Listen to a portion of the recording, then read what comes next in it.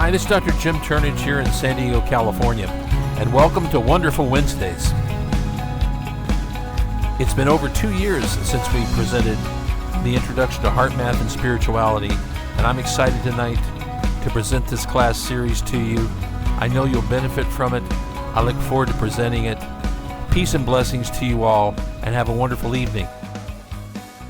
So this is about HeartMath and spirituality. This class, we do this class usually every year. It's been 2 years. And so tonight we're going to talk about heart intelligence and how it integrates with spiritual practice, and a basic introduction to HeartMath. So why should I even learn this? Well, there are a lot of good reasons. It was in the email too, in the newsletter, but it can help improve your health. For instance, it can lower your blood pressure by doing HeartMath. It improves mental illness. It decreases anxiety and depression, and it's been used to treat ADD before. It decreases stress, and that definitely is a plus. It decreases stress and the impact of stress. It improves work performance. So at HeartMath, they have entire divisions that do nothing but healthcare. They go to healthcare organizations like hospitals and insurance companies and integrated healthcare organizations, and they teach HeartMath, and it actually decreases turnover of personnel and increases performance and productivity of the workforce and satisfaction with working in the company. It improves communication. We are definitely going to talk about that during the class. Maybe not tonight, but we're going to talk about it because there are physiologic and neurophysiologic reasons why HeartMath actually improves your ability to pay attention to someone else, take stuff in without a lot of intervening noise. It improves sports performance. There's you can do a whole little program to improve your golf score by using HeartMath. And it's been used in lots of children and adults to improve their test scores on things like SATs, GMAT, LSAT, and other objective measures of academic performance. So a little bit of history of HeartMath. Some of this are things that are in the textbooks and in the internets, and some of it is word of mouth that I learned from other people. So HeartMath was started formally in 1991. He said, clicking the side, expecting it to go to the next slide. So these are the two guys that started HeartMath. Doc Childrey, who is not a doctor, and Howard Martin. And these were buddies. I think they were from North Carolina. And they were out here at Fort Ord, in California, Fort Ord. And Doc Childrey's been a meditator for many, many years. They did their time out there, and they started talking to each other and saying, meditation is such a powerful thing. We got to figure out how other people can benefit from this. Now, being in the 60s, they started out with music because they are musicians, and a bunch of the original people in HeartMath are musicians, and they were trying to figure out ways of using particular types of music to decrease stress and improve meditation. They also wondered what kind of science was available to explain about this heart-brain connection. So heart-brain science equals HeartMath. They wanted, Doc Childrey wanted to have something that explained that they were not just using traditional meditative techniques, but in fact wanted to see what the scientific effect was of doing meditation, and in particular HeartMath. And so neurocardiology is the field of medicine, formal field of medicine, and it's HeartMath. So HeartMath is a form of neurocardiology. But if I say neurocardiology, nobody's going to sign up for that. So this fact blew me away. These are things that you would think I would know from medical school, but in fact, they didn't teach this in medical school because I was I'm pretty good at remembering a lot of detail from medical school, and they did not teach this. 10 times as much information comes from your heart to your brain than from your brain to your heart. Your heart is hardwired to your brain. The nerves that come out of the heart, I'm not talking about the conduction system, the part that makes your heart beat. I'm talking about a nervous system that's in your heart, has nerve connections that go directly into the limbic system, and then they project them into your cortex. 10 times as much information comes from your heart to your brain than from your brain to your heart. Also, the density of nerve cells in your heart muscle, the number of cells per cubic millimeter, is 10 times greater in your heart than it is in the brain in your head. I used to have slides in here about the embryology of this. But just to quickly talk about embryology, when you're first formed from two cells, you grow into a little ball of cells. That little ball of cells flattens out into a plate. That plate develops a little groove in the middle of it, which is going to be, that's where your spinal cord is going to be. And cells from that area start migrating out to each side of that primitive notochord. The thing's going to be your spinal cord, spinal column. Those cells turn into nerve cells, and they migrate to different parts of your body. And one of the places they migrate is into your head, so that becomes your brain. And other cells migrate into what's going to be your heart muscle. And other cells migrate into your adrenal glands, which are responsible for handling stress and other things in your body. And other cells go to your GI tract, like your abdomen, your small intestine, and your large intestine. Other cells go other places in your body. So you have brains all over your body. And these brains are very similar cells to the brains, the nerve cells you have in your head. But the density of cells in the heart has to be important. The body doesn't just create things just for the heck of it. And having 10 times as many density of nerve cells in the heart muscle than the brain in your head has to be important.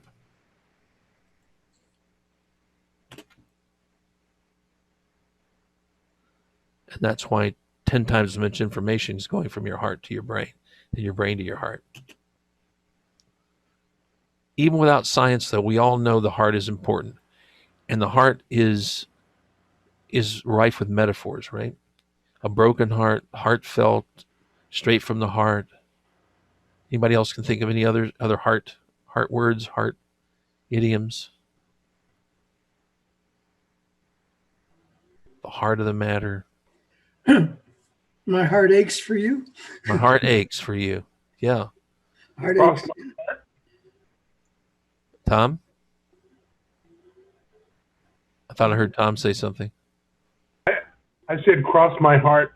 Yeah, cross my heart. And then the other part's not good. Yeah, so the heart, and it's in every language. I did a little research on this, and I'm not going to put it in the slides, but I saved for the book. I looked it up in German, I looked it up in French, I looked it up in Spanish, and even idioms that don't directly translate into English that are only in each one of those languages are heart-based. So once again, we know that the heart is an important organ, and it's an important neurologic and emotional organ. How do we know that? If you're very upset, you don't grab your head when you say, oh my God.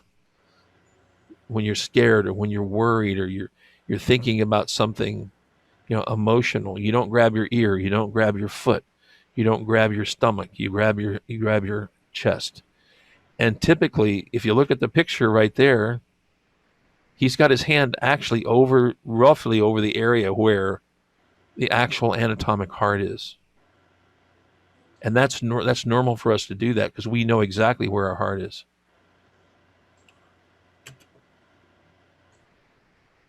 Here's the thing that people just say you've heard of people dying of a broken heart. Well, it actually has a formal name. It's catecholamine-induced transient myocardial stunning or event, and it's named after the Japanese word takasubo, And Takasubo is a trap for, squid. So I mean, octopus, for octopus. And it has a funny shape. So this is the shape of a Takasubo, right? And what happens with the heart, instead of this nice little triangular structure that you have, it starts developing this shape, the shape of the Takasubo. When it does that, it's not very efficient at pumping blood, and you can actually die from this. Now, what is the usual thing that occurs before this? Something very stressful. Something usually very stressful in the life. Death of a loved one. Something bad happens. You go bankrupt. Something bad happens in your life, and the heart goes into this particular conformation, and it can look exactly like a heart attack. How do we know this is what it is? We do an echocardiogram, which is an ultrasound of the heart, and it looks like this, has this shape. Now, most people recover from this, that you don't die from it, because it's not a blockage of the coronary arteries that's keeping you from having oxygen. It's the ineffective shape of the heart and contraction of the heart that leads to the problem. And most people recover from this. Although I've seen people have this twice, which is not supposed to happen. They say you have it once. Well, apparently that's not true, because I've had patients, at least one patient, that had it twice. And unfortunately, the second time, she died. So you can die from a broken heart. Yep. Yep. So we want to take care of our heart, not just the arteries, not just our blood pressure. We want to take care of our heart self, and that heart self has a nervous system in there, right? That has 10 times as much information coming out of it, 10 times as many neurons going up to your brain. We want to take care of the brain that's in your heart. So is stress good or bad? A lot of HeartMath is about stress. So stress is neither good nor bad. Anybody recognize this curve here? Bell curve. Yeah. Looks like a bell curve, yeah. So this stress curve, though, was discovered by Yakis and Anyway, it was discovered by two psychologists in the early 1900s. And what they said was, as you have increasing stress on the bottom, you actually will get more productive and more motivated until you keep pushing and pushing, and then you don't get very much improved performance, no matter how much more work you do, no matter how much more stressed you are, you don't improve. And at some point, you have a declining function when you have increasing stress. Now, the curve actually is not symmetric like this. It's not a bell curve. The curve goes up like this and falls off extremely rapidly.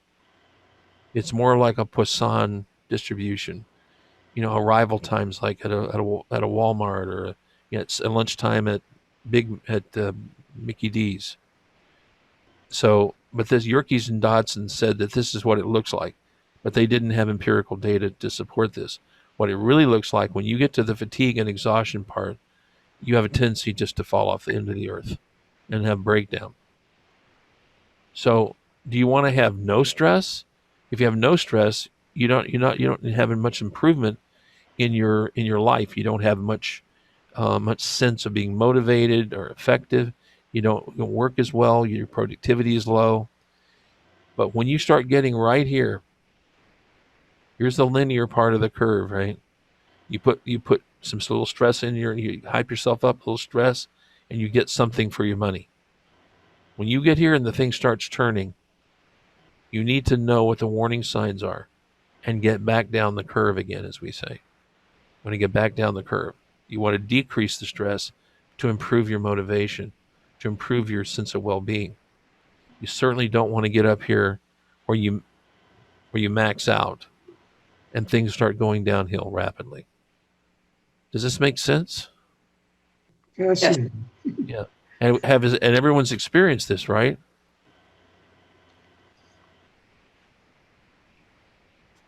I don't know.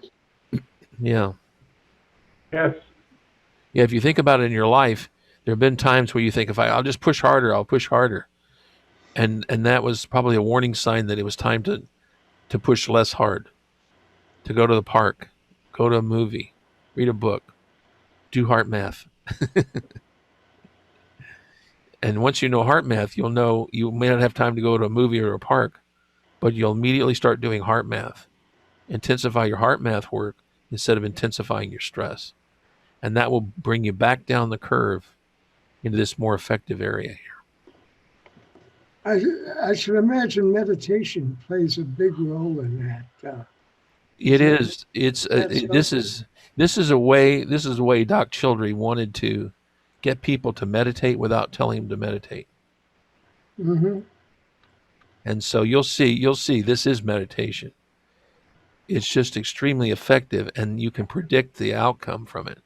Have meditated probably for over 40 years Yeah, and found it hard to relate to what you were describing as I go through a lot of situations and yeah, just not really feeling any really strong sense of stress.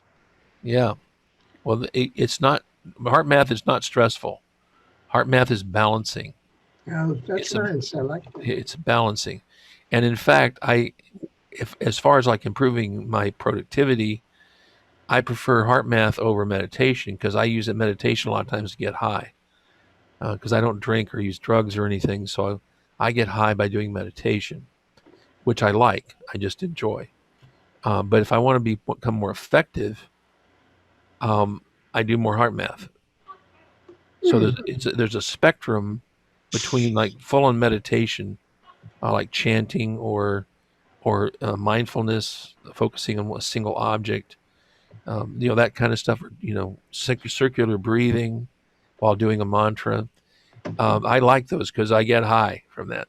I get a lot of endorphins and no telling what's going on in there, and I get high from that. That doesn't happen with heart math. With heart math, you actually feel more present and alert, and I don't feel high when I do it. I feel normal. I feel normal. I feel good. So, in heart math, the different techniques that we're going to talk about are called tools. And tonight we're only going to talk about one tool because it's the most important tool to learn in heart math. If people only heard this one class, I am going to put this ultimately on YouTube. But if you only hear one class and you learn one thing, learn this one tool tonight, and it will stop the stress in your life. It will stop the wear and tear. It'll stop the damage that you're doing to your life by using this one tool. And this tool is called neutral. But neutral is not, blissing out. Neutral is a dynamic healing state. And the technical term is coherence, which is obviously an engineering mathematical term. And they talk about this a lot and show you lots of graphs. And at some point I'll probably show you some graphs, but mostly it's this healing state that you get into that's dynamic. You're not vegged out. You're not sitting there blissed out. You are in this poised position. And I looked a long time to find this GIF over the last 5-6 years, because it's like this. He's meditating, right? But it's an active thing that's going on. He's balancing. It's a balanced place. It's not extremely quiet and vegged out, and it's not hyperactivated like some things, even some forms of meditation will do. It's a dynamic healing state called neutral is the technique. In heart math, it's called coherence because they took that from math and engineering.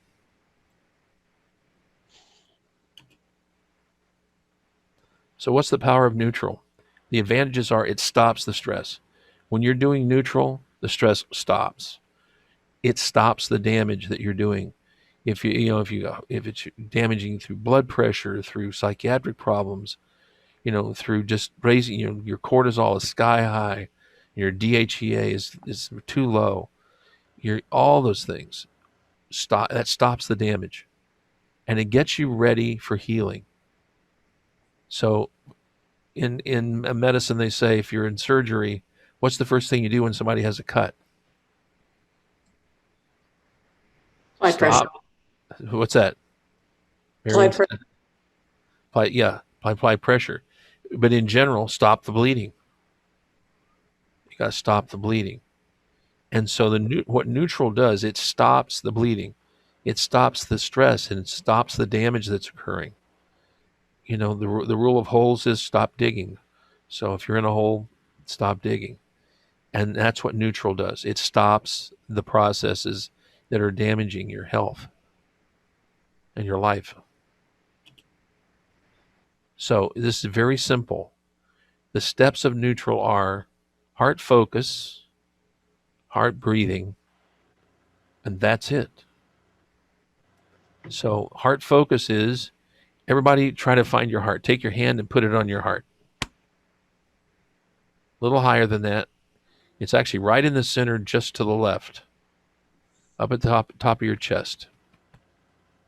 A little bit higher than that, Greg. Yeah, a little bit higher than that. There you go. So your heart's right there. And if you take your hand like this, it actually is kind of in the shape of the heart. If you take your hand like that and put it on your chest, it's kind of in the shape of the heart. So it's just to the left and up the top of your chest, right near the middle.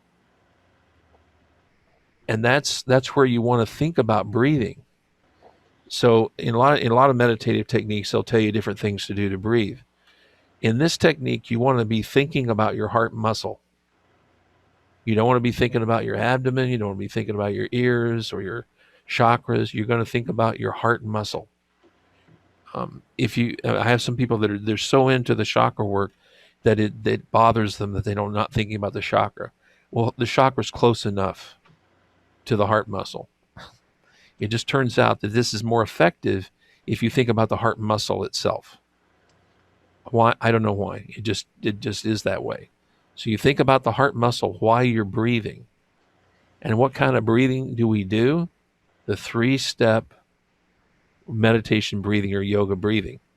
5 to 6 seconds in, pause, 5 to 6 seconds out. And repeat, rinse and repeat. So very simple. If you're having trouble figuring out how to breathe, remember, you just let your stomach relax.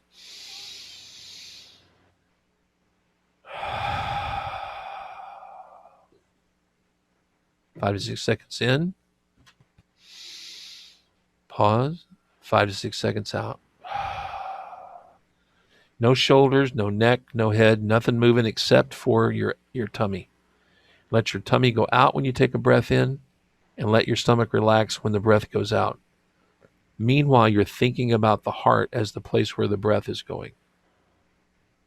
So you think about the heart and focus on the heart, taking a breath.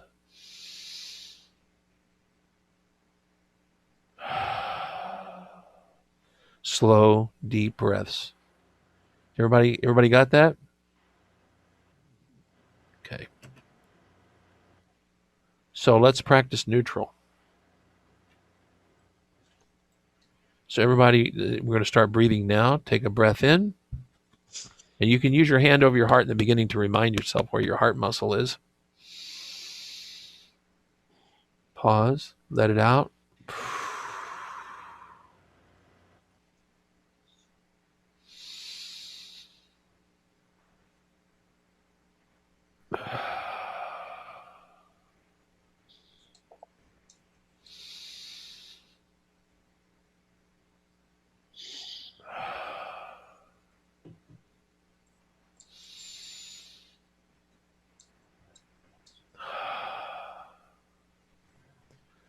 So that's all there is to it. It's very simple. If you're having trouble doing it, keep practicing. If you have trouble relaxing while you're doing it, lie on your back and do it, so that you let your stomach go up and down, and you don't have your shoulders, going up and down, or your chest moving all over the place, or your neck tightening up. You just want to let the air come in and then breathe through your heart muscle.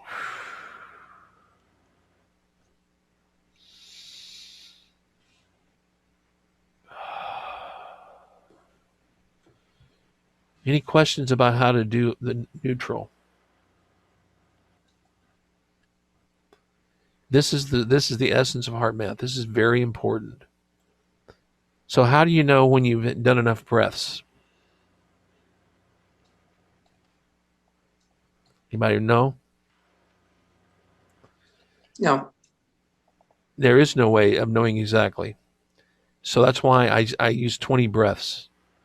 Because traditionally, if you do 20 breaths, 20 repetitions of something, you're probably you're gonna start feeling a change in the way you feel. Some people who have done this for years and years can immediately get the sense of the HeartMath sensation. When I was studying at HeartMath, they were having a board meeting up in Boulder Creek that day. And one of the guys who's on the board, I guess he was running late driving over from San Jose. And he rushed in the door. I mean, just ran in the door and went over to one of the little computers that had the monitoring thing on it for your finger.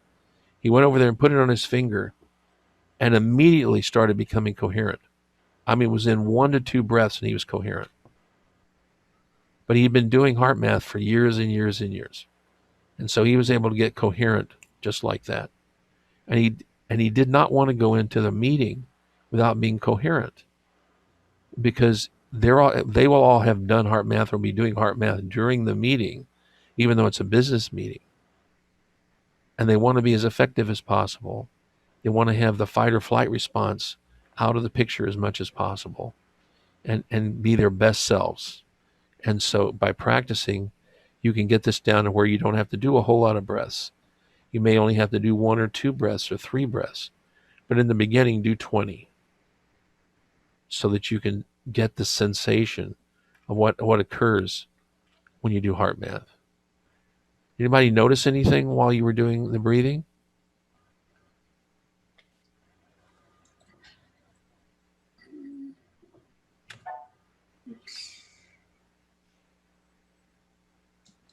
Okay.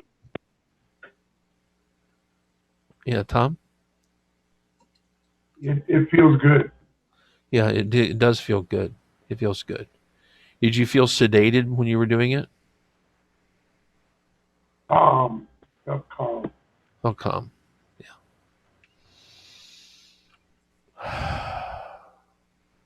So I've been doing this since about 1993, 2 or 3, somewhere in there for a while. I used to do a lot of hospital work. And my friends and I, we had 8 of us in a group, and we were under a lot of stress from the administration of Sharp Hospital about whether we were going to be able to continue to do that work. And I don't like meetings. I don't like going to them. I certainly don't like going to contentious meetings intentionally. And so my friends wanted me to go, and I said, thank you, but no thank you. And so I used to live in Point Loma, right at the top of the hill there, looking down toward the ocean. And I just got home, and my plan was to sit in my car and do HeartMath and watch the sunset. And they paged me on my phone and said, you've got to get here. You've got to get to this meeting. We're counting on you. You've got to get to this meeting. And I said, but I don't like meetings. It's unpleasant. They lie.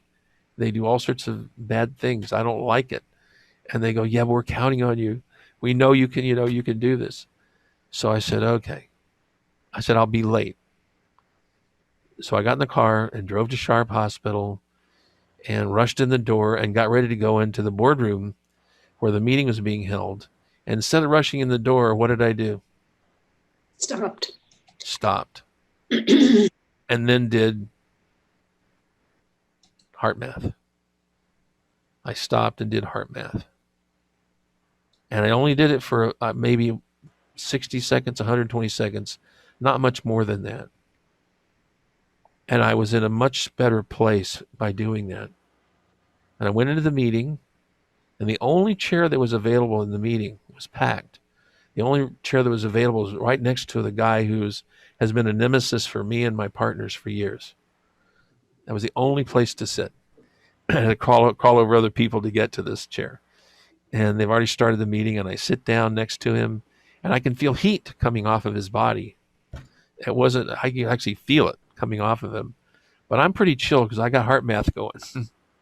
And I continued to do the heart breathing techniques during the meeting. And during the meeting, I was able to understand. I would listen to things they would say, and they would say things that were obviously false. Um, but you might not have picked up on it if you were angry or you were upset. And I wasn't angry, upset at all. I was poised. I was in that HeartMath state. And I could listen to them say the things and understand that two things were occurring. Number one, they were afraid. And number two, they were lying. And I said, wow, I understand that you're very upset about something. And you said information here that is not correct. Let's look at the numbers you're presenting. That doesn't even make sense from the numbers you're presenting. And the whole meeting went like that. And by the end of the meeting, I got up and left the meeting, and we walked out, and my friend said, oh, thank God you came. It was just great. You know, you didn't get angry. You were right on it. You were able to pick up on all the things that they were doing and saying. And we got to be there the next time. I said, I'm never coming back. I have to do a lot of work to stay like this when I'm in a situation like that. So in HeartMath, it's not a panacea. You know, you don't want to go jump in the middle of a fire if you don't have to jump in the middle of a fire. But it is helpful if you find yourself in the middle of a fire. It's helpful if you find yourself in the middle of something that potentially could be unpleasant. So I use this now anytime that I think I'm going to have a difficult or a challenging situation, or a telephone call that I think might be challenging. And I do HeartMath, even if I only have a few breaths to do before I do the call or the meeting. So let's practice a little bit more. And you'll notice I don't close my eyes when I do this. When I'm doing meditation, I do close my eyes because I'm doing something different. But with HeartMath, no one ever noticed in that meeting I was doing HeartMath during the middle of the meeting, because I do it with my eyes open. And so if you practice with your eyes open, then you're more likely to use this with your eyes open when you're talking to people. You won't look weird. They won't go, oh, there's that guy, he's doing his thing again, you know. No one has ever noticed that I was doing HeartMath. No one noticed in that meeting at Sharp when I was doing HeartMath. No one ever has seen it or understood what was going on, because they're thinking about themselves. They're not thinking about you. And if you keep your eyes open, you won't look weird. So learn to do this with your eyes open. If you can't do it any other way, then I guess it's okay. Use your eyes closed. But you wouldn't want to do that driving. And driving is a great time to do HeartMath. You wouldn't want to do this arguing with having an argument or disagreement with somebody, because that would be really disrespectful of another person who's upset. So you want to learn to do this with your eyes open. So let's do another little round here. We'll do about 10 breaths. In, pause, out through your heart muscle. In and out through the heart muscle.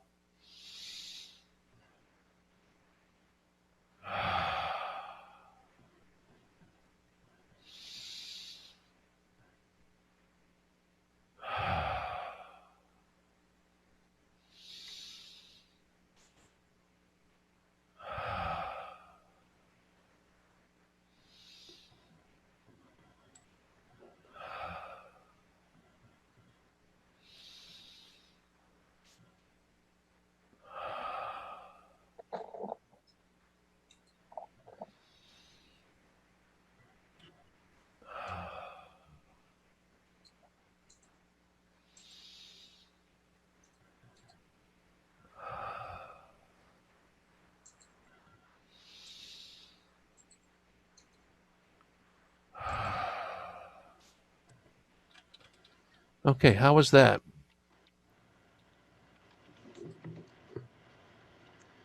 Good. Good. This Yeah, could be really useful if going to sleep too, couldn't it? yeah.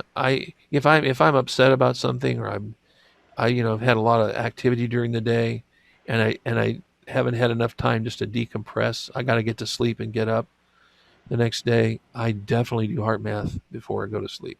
Yeah. It lowers your epinephrine levels, your adrenaline levels very rapidly. And you don't want a bunch of epinephrine firing off. That's why you don't want to exercise immediately before sleep, because your epinephrine, your adrenaline levels will be too high. So will your glucose levels. This will let your fight or flight hormones, it really damp down very rapidly. The other more long-term effects like cortisol, the long-term stress hormone, it takes practice to lower your cortisol levels. You will lower your cortisol levels, however, if you do heart math regularly. If your cortisol levels are way too high, if your doctor said, "Oh man, your cortisol levels, man, look how high they are," the treatment for that is not taking an herb or a medication to lower your cortisol levels. The treatment is heart math or something like it. Regular yoga will do the same thing, except I find this to be more effective. So when I have somebody comes in and they want a natural treatment for their adrenal glands, and we do the laboratories and look and see what their adrenal glands are actually doing, if their adrenal glands are putting out too much cortisol compared to the amount of DHEA, which is the counterbalancing hormone, the treatment for that is not an herb or a medication. The treatment, once again, is heart math. At least neutral. Just do neutral, and that will help your adrenal glands balance out. So yeah, before sleep, to help balance out your adrenal glands. If you go to naturopaths, they have a tendency to give you stuff, sell you, herbs or some sort of supplements to balance out your adrenal glands, and that's not the correct treatment. When the cause of the problem is stress, and the way you're handling the stress of life, the treatment for handling the stress of life is not a drug or or some sort of substance. It's to actually deal directly with what's causing the stress and the way your body handles the stress, and giving it another way of handling the stress besides raising your adrenaline levels, raising your cortisol levels. Does that make sense? This Yes. is Yeah, this is the natural way of approaching, adrenal glands that may be tired, they may be overstimulated. You want to dance with the one that what brung you. So if stress and sort of psychosocial imbalance is the problem, then you want to address the psychosocial problem. And heart math is a wonderful way of doing that for a lot of reasons. So that's what neutral is. The tool is called neutral. Let's see what I said here on the next slide. Yeah. And I asked, what did you notice? So the second time, was there any difference between doing it 10 breaths than just doing it about 5 breaths? No big difference? Yeah. So I would recommend doing 20 breaths twice a day. Just do the heart math. I'm going to say more than that in the homework. But for maintenance, I think this is maintenance for me is 20 breaths twice a day. And that's unless something else happens during the day, then obviously I need to do it more than that. Any questions about this tool called Neutral? Its benefits, the way it operates, how to do it? Does it affect your heart rate? It does.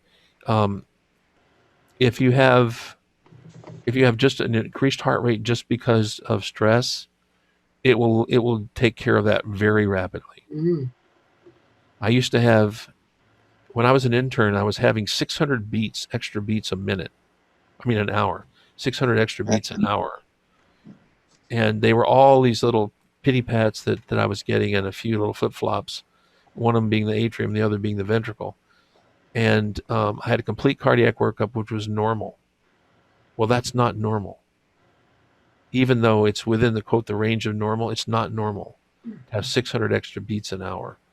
And they offered to give me drugs to decrease that.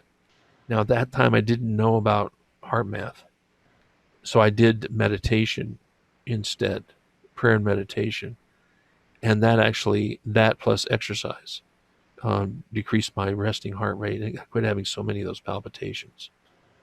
Now, I will tell you, Greg, if you have a dysrhythmia of some kind, if you have atrial fibrillation or atrial flutter, ventricular tachycardia, it probably is not going to reverse that. I would still do it because it will decrease that sympathetic outflow, that drive, that fight or flight drive, on top of what the rhythm problem is, whatever the rhythm problem is. So yeah, it can decrease your heart rate.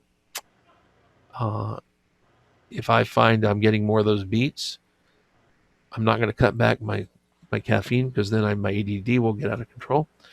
But I do increase my HeartMath, and particularly HeartMath breathing, because the neutral technique, because that will usually take care of it. That'll usually take care of the extra beats. Any other ideas about that? Questions about using? You just be sure and ask questions about any kind of health benefits. I know a lot about it.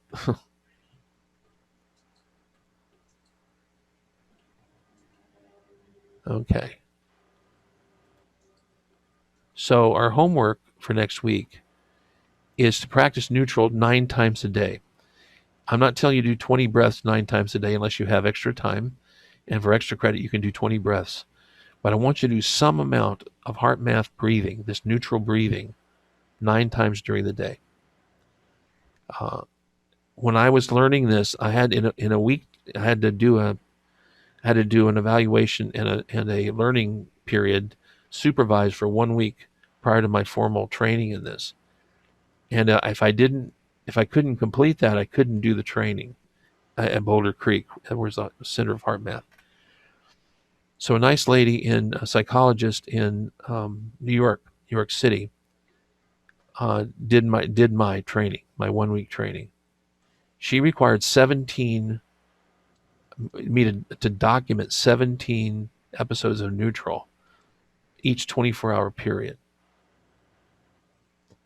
Now, that's a lot. It's more than once an hour. But the oddest thing is that actually I learned it so quickly that way that by the time I went up to Boulder Creek, I could do just like people had been doing it for a long time, because I'd done it so many times, 17 times 7 times. And we had to do a little log. I do a little log that said, what time of the day it was, what time it was, and what the situation was, what was going on in life right now. Or at work, telephone calls between work, at lunch, and I'll put there, and then how I felt, what I noticed by doing HeartMath. And that really helped me a lot. So I would encourage you to do the same thing. Do 9 times a day and just write little notes to yourself, what you notice when you do neutral, when you're doing that breathing. If you got 20 breaths, that'd be great. If you have time to do 20 breaths, remember you breathe normally about 12 times per minute. This is going to take a little bit longer than that because you're going to breathe a little bit more slowly than that. But it's only going to take you a few minutes to do 20 breaths. And then write down little notes to yourself about what you noticed when you did neutral. Now, so the last time we did this 2 years ago, I printed out binders with the entire syllabus in it. There's reading in there.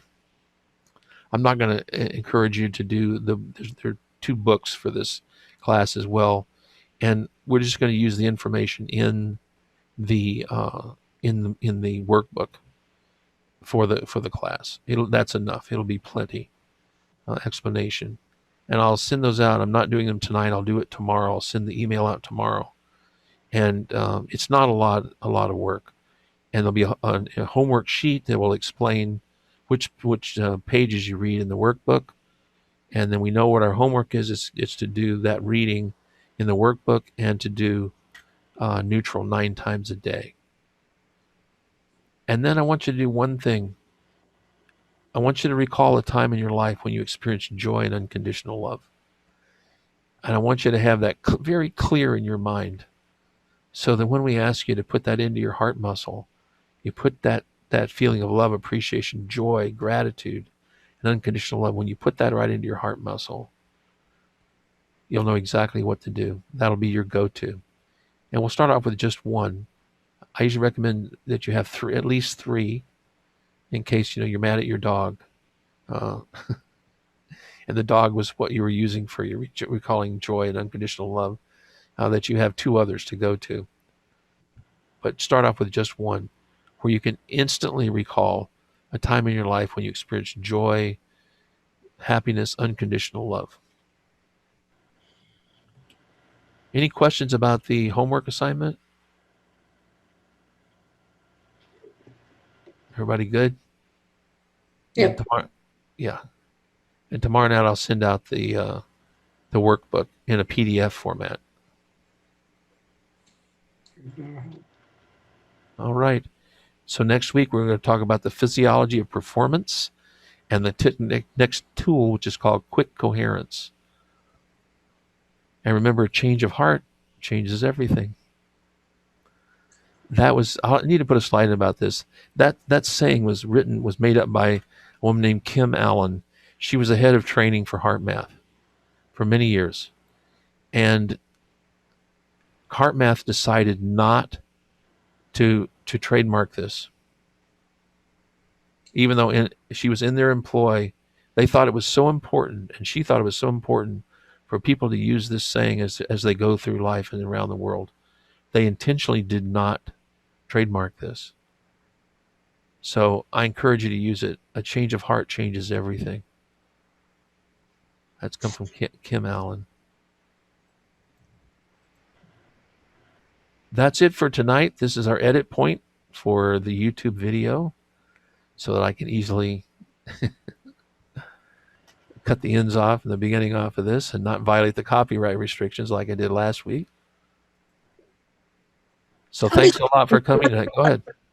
How did you find out you violated the copyright? Oh, they send you a thing saying we will not accept your video. Oh, I see. Yeah, they send you a thing saying we'll not accept your video. Hmm. And I wasn't thinking about it. I wasn't intentionally trying to violate the copyright, but if you think about it, I can't use, because some people make money off of YouTube. And so you don't want to make money off of somebody else's property on YouTube. That's not a good thing. So it wasn't my intention to take money.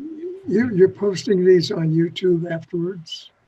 I will, and what we'll do is that I will have them so they're not public initially. They'll just be private, and you'll get a link. Oh, fair enough. Yeah. To go to these. Yeah. And then you'll be able to look at this as many times as you want. Ultimately, that's another thing I was going to talk about tonight. At some point, we need to vote and see when we're going to go live again, live in person. So start thinking about that,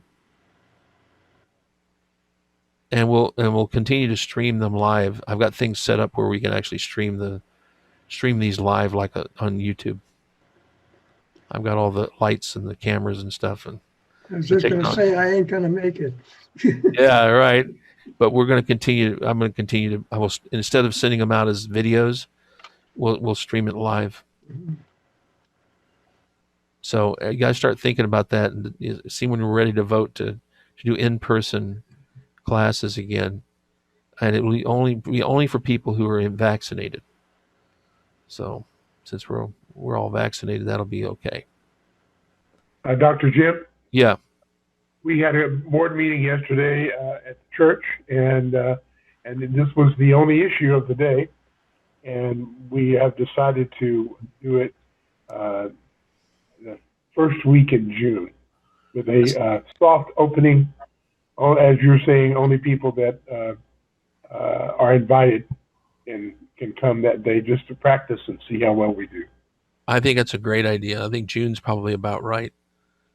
We're gonna in the office. We're gonna start seeing people one at a time who are vaccinated in the office here for live visits, starting next month. So the question is, how are you going to, I see it just like people not wearing a mask. How are you going to enforce that? You mean if they come to the meeting, Yeah. they're going to have to give me a card that says that they're vaccinated.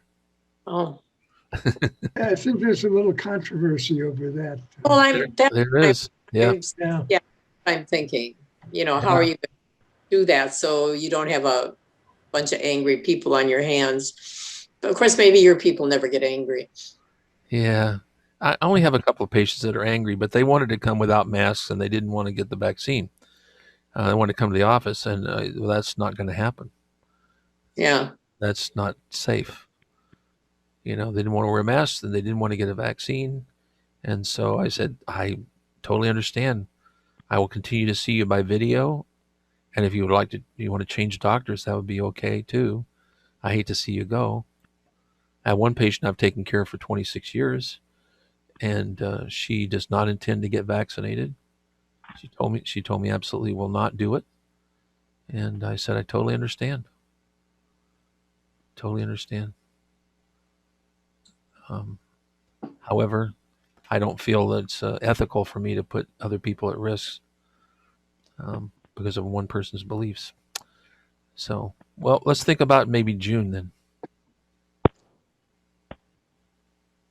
Think about maybe June. Plus, Okay. I have the lights and the camera set up by then too. But you would be able to do it either way. We would do it simultaneously. Right. I would live stream it on YouTube. I'm just thinking it's become more difficult for me to drive at night. And Yeah. so I would probably prefer to stay where we are. I mean, as much as I miss everybody. Yeah. And it's just, I want to do a hybrid thing because, Greg is all the way on the other side of the earth. And, Oh, come on. well, part of the earth, Not part of the earth. yeah. Across a couple of time zones. So I'm with you in spirit. that's right. It's in the quantum sense, there is no distance. So, Jim, I have a question. I have a question, something that's been on my mind. Yeah. And I've just been considering the idea of doing workshops and such over Zoom. Uh-huh. I mean, actual participatory workshops. And I was just, one of these times I like to, get together with you and steal all of your techniques. Okay. Yeah, it's pretty simple. The Zoom thing, it is not very difficult. And incidentally, I don't know if I told you, or I'm a certified trainer from Infinite Possibilities. Okay. If you get to the Notes from the Universe by Mike Dooley, it's a whole teaching. He was in The Secret. Essentially it's the law of attraction. Yeah. And anyway, I was just wondering how I could do that over Zoom. One of those. Yeah. And I mean, if you would like to have one over Zoom, it'll be my pleasure to lead one at no charge to you or to anybody, really. Just for free, so I can check out the techniques and see if it all works. And, it's just a bit of a learning curve trying to figure out which buttons to hit. That's the that's the thing, and a lot of it is interactive, Exactly.